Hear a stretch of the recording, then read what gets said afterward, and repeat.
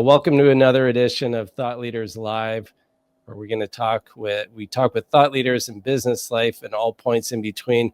Kris Harrington is with us. She is one of those thought leaders who is actually a CEO who's out there actually walking the walk and has become a real digital influencer. She's the CEO of Gen Alpha Technologies, a good friend, and here to tell us how she reluctantly became both a thought leader and a digital influencer and what it's meant to her personally and her company. So Kris, thanks for joining us.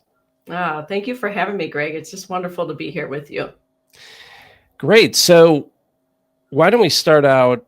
I know who Kris Harrington is, but I'm not sure everybody else does. But why don't you start out by telling us a little bit about your background and a little bit about Gen Alpha Technologies? Sure. Probably the most important thing to know is that, I built a career in and around manufacturing. I always like to say that manufacturing kind of chose me.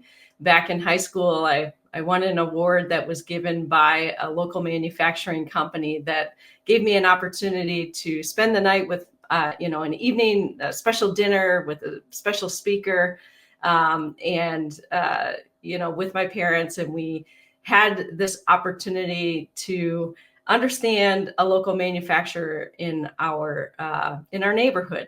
And it was that manufacturer that I went and got a part-time job in the summertime in the warehouse. So I was, working the forklift, putting product away. And, I went off to the Navy. I came back from the Navy and I went back to that same manufacturer and went to work on CNC machines. And, I did second shift, I did third shift. Eventually, I went to Marquette to get my degree and went on to work for a very large manufacturer in the mining industry, where I had the opportunity to, really work globally on selling equipment and parts. So we had subsidiaries all over the world. So this particular manufacturer took me, to these beautiful places where I got to meet people and conduct business and really learn what it takes to not just do business in the United States, but also globally. And I loved it. Being part of a manufacturing organization, building big things that feed the world, things that move product and really touch all of our lives on a daily basis was something that was very special to me. And I've been very passionate about it. Eventually, our organization went through an acquisition. And, I had a unique opportunity with a group of team members that I worked with for this large manufacturer post the acquisition to potentially build something on our own, something that we were driving to in our other organization. And that was improving the experience for our customers through digital technology. E-commerce was just starting to take shape as a potential tool to meet the needs of buyers. And it was very early days. And we were curious, if we built the thing that we were going to build as a company, if we could help other manufacturers. We all agreed yes. And we ended up founding Gen Alpha Technologies. So for the last 12 years, I've really been working with a team that builds, we have our own proprietary software. Really, it's called Equip 360. So it's 360-degree support over life of equipment. And it really helps manufacturers and distributors support their equipment out in the world. So I've just kind of been in and around manufacturing. I'm a big advocate for manufacturing and women and in roles in manufacturing and technology. So that's kind of where I am today.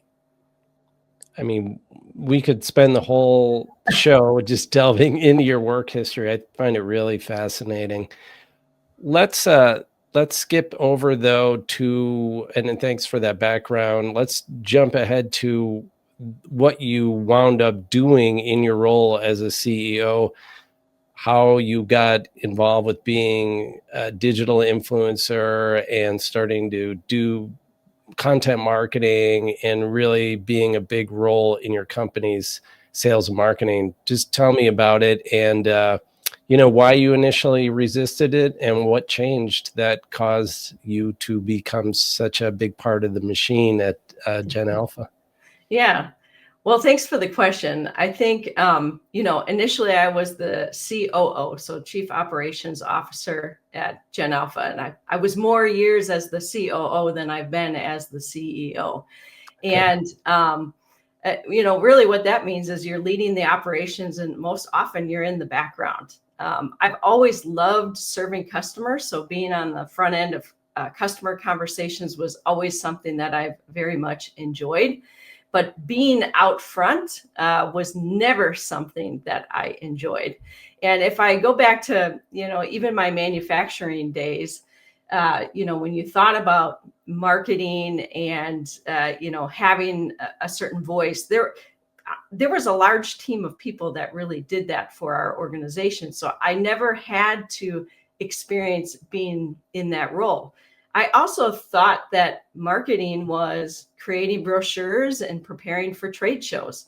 I didn't understand the digital impact that there is today and how important it is for companies to have experiences with the people behind the product. And it was really in 2019, we had a marketing leader. His name is Derek Schroeder. I'll never forget. He taught me, and he's probably 15 years younger than me. He taught me that people do business with people. And if we were ever going to get the Gen Alpha name out there, the people behind Gen Alpha were going to have to step out front.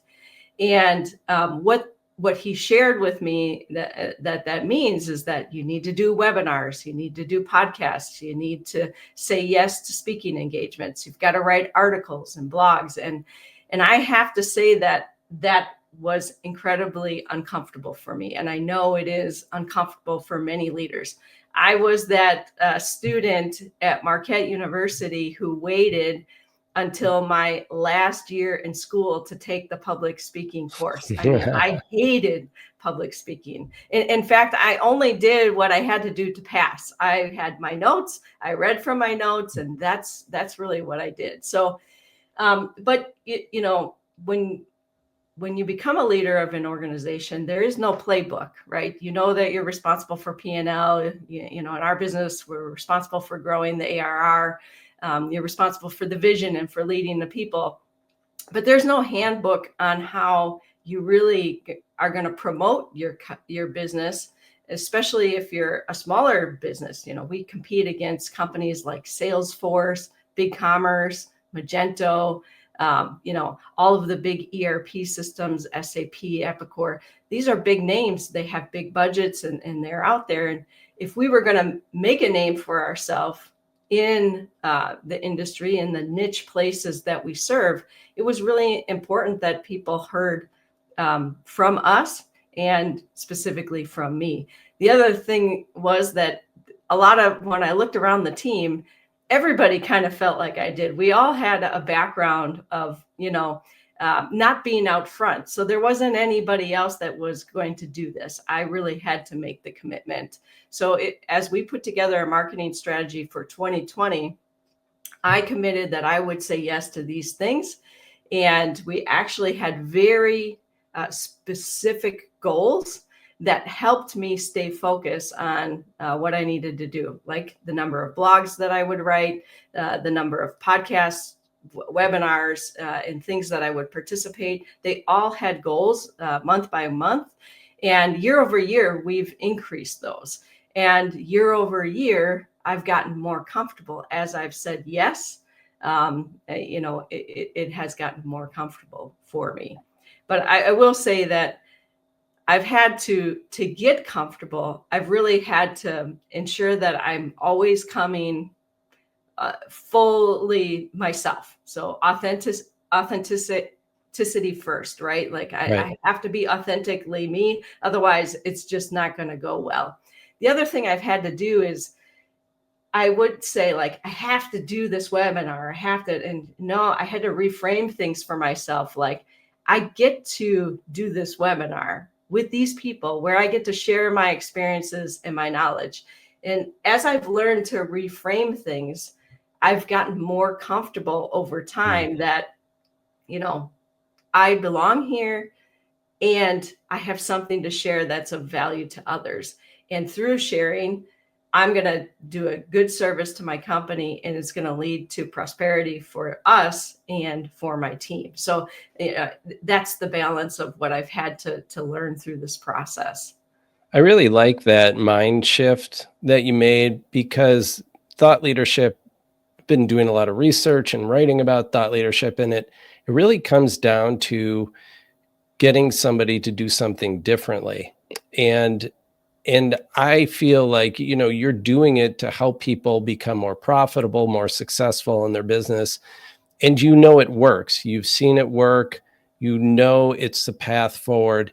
And I think content and doing what you're doing, the way I think about it, you almost have an obligation to do this, to get out there, to help convince people to try a different way and approach their business differently. So kudos to you, and kudos to Derek for telling you as a leader that you will have significant impact if you got out there. And I find that really pretty surprising, actually. So this was what, 5 years ago? How many years ago was this? Yeah, so you know, it really was entering into 2020, which became the year of COVID. So Right. it was a blessing for us that we had gone down this path, because we were all going to be remote and at home anyway. So, you know, making myself available, saying yes to the different ways in which you could use Zoom or, you know, stay in touch with people. It just became very important to have a voice at that time, because the traditional means of going to trade shows and attending conferences wasn't even an option. So the timing was really well designed on our side, but know that was going to be the case. And nevertheless, it's still asking somebody from the executive team to participate in the marketing effort. And was there pushback to Derek? And were you looking at each other and wondering, oh, isn't this just marketing's department? Why are we having to step up? Yeah, I think the pushback happened for sure the years before. You know, in the years before, I just didn't even give a lot of the marketing effort importance. And what a shame that was, because it is really important, especially today, to have a digital presence, to have, you know, to be thinking beyond the trade show and your standard website is really, really important today, to connect with people, to make sure that, you know, again, I can't say it any better than people do business with people. So even though we're in a B2B space where we're selling to organizations, the person buying on the other end, they have the challenges that they face every day. And we have to connect to them in a way that they understand, we understand those challenges, and we have solutions to the problems that they face in order to become more efficient, productive, and grow their business. So you don't do that by just having a logo on places and hoping that people come. You know, the hoping strategy wasn't going to work for us any longer. So, you know, it came to a point, if we were going to grow our business, we had to do something differently. And that different was really this. And do you think that your title, your role in the company helps you on your outreach and with your digital work? I mean, does it, I mean, honestly, there's difference between you and other subject matter experts in your organization, correct? Yes. I probably, my title may get me opportunities that others may not get. Yeah, you know, that's a great question, Greg, because I will, just speaking from what's coming to my mind first, there are times where I thought, does my title hurt me? You know, so I think it probably works both ways. Okay. You know, that, you know, some of the things that I do, maybe somebody else could be taking them on, but I've just been the person that we've selected in our organization to take that spot. So why did you think your title might have hurt you? Well, maybe they would expect a salesperson to be conducting the type of thing that I'm doing. Okay. Maybe a product leader would lead a speaking engagement rather than the CEO of an organization. There are certain times in the room where it doesn't necessarily require the CEO to be there. It could be any team member, but I'm the one on our team that's playing this role. So I'm the one out front taking it. And do you call in subject matter experts when you get down into the weeds and, Oh, reserve some of the big picture concepts and initiatives for when you're speaking or writing? you got it. Yes. We have a fantastic team, and I'm surrounded by people much smarter than me. So I love bringing in others to assist with the conversation or deepen the conversation to the place that really gets to the heart of what that needs to be solved.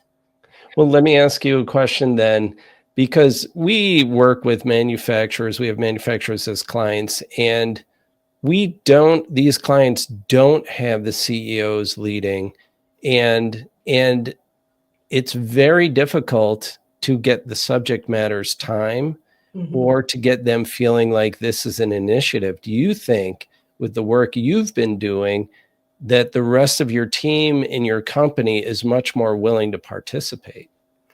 Yes, I think that once, you know, it's like anything. If you see it, you can be it, right? So Mhm. if they see the leadership stepping out and, being vulnerable at moments but passionately sharing experiences and knowledge and information, I do think it's lifted everyone on our team to also take that chance. And imposter syndrome hits us all, and it's a real thing. I think I face it, members of our team face it, but I think if you see somebody doing it and you're seeing that success, others say, I could do that. I can participate in that as well. And if they also see that I reserve time in my calendar for these types of moments and events, they can also make time in their calendar, because it's really about time management.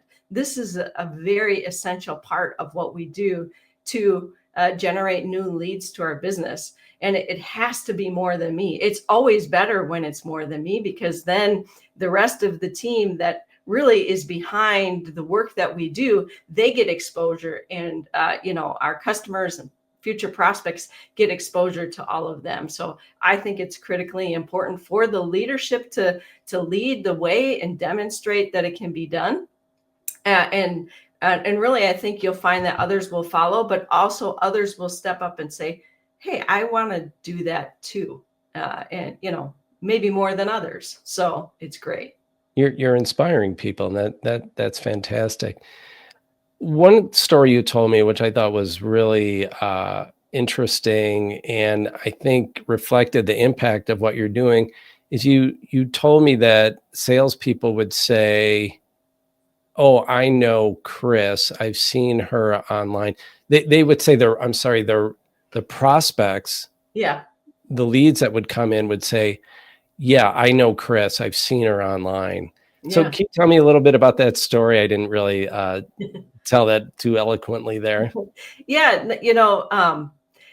I will say that when you step out and do this, it's not always clear how far you're having an impact, what you're really reaching. And for the first, I would say 24 months, we just had to consistently keep doing it. Have those goals, set the objectives, execute, and trust the process. Trust the process. Well, after 24 months, as we started having conversations with new prospects, they would start to tell us that they had seen my work. They saw me speak. They listened to a webinar. And that is only when you began to know that it was working, because there aren't always, they call this, what do they call that? Dark social, right? Where there's a lot happening that you can't measure. You just can't measure the impact. There are some things you can measure, and you should, but there are a lot that you can't measure. And the only way that you get that feedback is when somebody fills out a form on your website and they say something specifically that, I might have done that they've participated in. That's always very rewarding. But more often it's, when the salespeople say, yeah, I saw Kris at this, or I've been connected to Kris online and I've been watching her content for a while and now we're ready. It's like, oh, okay. So we had been establishing credibility that entire time, maybe not knowing that that prospect was out there, that they were thinking about us. But, everything in life is timing, right? Timing at the right time to make the investments in the products or services you sell. And so sometimes you just have to keep consistently being present so that you're the company that they choose to talk to when the time is right for them. And that's what we've experienced more than anything. And I have to say, it is very rewarding, because there are times you're like, are we reaching anybody? You're just not sure, but you got to trust the process. Right. And now that you've built up this brand, you've built up this momentum, you've got all these marketing systems. Now you just keep piling it on and keep making inroads against your competitors and keep establishing what I think is really important, what you keep saying, the face that goes with the company, and people want to do business with people, not just the companies, where some of your bigger competitors probably are leaning more on the company marketing. And we've uncovered a lot of research that shows that the CEO or executive-led thought leadership outperforms a lot of company-led product advertising and things like that, because we had Denise Brousseau on here, who's a thought leadership expert, and she said it's all about building trust, really, at the end of the day. And I think having a real person out there, being authentic, being vulnerable, sharing their struggles, builds that level of trust. Yeah. Let me ask you a question here. Then, now that you've done so much of this marketing, done so much thought leadership, any lessons that you would like to share about putting yourself and your team out there? Yeah, I would say the first thing that I would just tell people to do is commit. Commit with goals, especially if you're the type of person that's driven by achieving goals. That's the easiest way to stay on track, because it can seem like it's a really big thing to say, I'm going to be the face of the company and try to have influence and create that trust and transparency and credibility for prospects. But if you narrow it down to certain very specific things that you want to accomplish, that will keep you on track. I will also say that by saying yes to things that you're uncomfortable with, you're going to start meeting a group of people that are also out there doing it, and they're going to almost be your tribe. I think of you, Greg, as part of my tribe, and many of the other people that I've connected. I mean, for years, we didn't know each other personally in person. We had met online through our network, and we started actively, having conversations like this and doing other things together and across our network. And you're going to start to just build this community that becomes so special. The other thing I would say to any leader that wants to step out and do this, I would say get involved in associations in your industry. Something that, I've really taken to heart is getting involved in associations where our customers are, because that's the place that I get to participate with them. I get to participate in hearing their challenges, understanding, what they're planning for the future, understanding the macro things that impact their business that I might need to be thinking about as we prepare our own business or the products that we sell. And really, within those associations, you create relationships, and you'll be given opportunities to share your thought leadership. And almost it ends up being directly with the group that you're trying to serve in the end. So, oftentimes people cast such a wide net, and that's why it can seem so big. But really, if you focus into your associations and you start there, is there a place that I can speak and share my experiences? Can I get involved in committees? Can I lead something that will give me exposure? And it might not lead to an actual sale right there. It's that you're showing up in the industry you serve to be part of that industry. And for most of us that are serving special groups, we're so passionate about it that's where we're just with like-minded people, and there's enjoyment beyond the work. You get to have dinners, you get to do events, and you get to engage. And now you're having a personal experience with people that makes that next interaction that much easier. So those would be some of the things, that I would say. But first you have to commit and say yes, because nothing will change after that. And the goals are what keep you accountable, especially if there's a team behind you making sure you get your goals. Even if you're the leader, you've got that accountability with people helping you get there. Well, let me ask you, based on what you just said and everything you've talked about, I'm thinking in terms of a CEO who's watching this and not doing any of the things you're saying, and they are up to their eyeballs in work, and they're thinking, I don't know, does Kris Harrington sleep? No, probably not. So if they said, well, I'm willing to try this, but I can't commit as much as Kris is doing and doing as much as Kris sounds like she's doing. Tell me what you think would be the bare minimum essence of what somebody in a CEO role should do to engage in a thought leadership kind of effort. Yeah.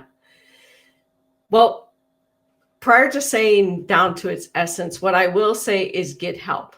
I did not do this alone, right? I've had people help me ghostwrite by sitting down with me and just interviewing me on a topic, because I didn't have the opportunity to take the time to write something in total, but I was interviewed for multiple different topics, and then an outline was created and a draft was created, and then I went in and made it more mine and more personal. So you can find time by getting assistance for certain activities. I will also say we started with a goal for me to have 3 posts a week on LinkedIn, which for many people would sound extremely overwhelming. And it would be if I was doing it all on my own. I am not. I meet with our team once a week. We talk about what is the blog topic for the month. We talk about the content that we're going to be sharing. We talk about the different things I'm going to be participating in. And those become the overarching themes of what we're doing, that week. And then that month, and then the bigger what we're doing in the quarter, and then the year. And if you have a team around you that supports you, or a third party person that is assisting you with these things, you can come in and make it be your voice. And honestly, when you start doing more things like this, where you're engaging and having a conversation, this did not take a lot of prep, right? I just came in, I showed up, I share my experience, and now we have clips of things that get to be shared. And the posts, so we're repurposing a lot of the content that I've created over time, whether it's a YouTube short, something for social media, or something for our website. So I think that's a lot there, but I wouldn't be able to do any of the things I'm doing today without the support of the people around me that are making space for me to do this.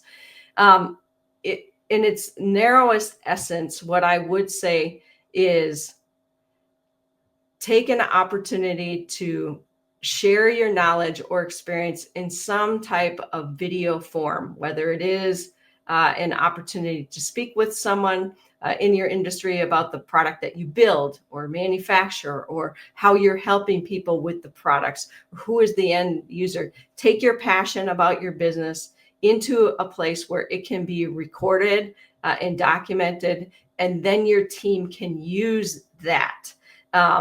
That's what I would say is a really important first step. And the more that you can do like that, it will lead to speaking engagements and other things later. But those videos that your team can then use are really, really important. That's fantastic advice.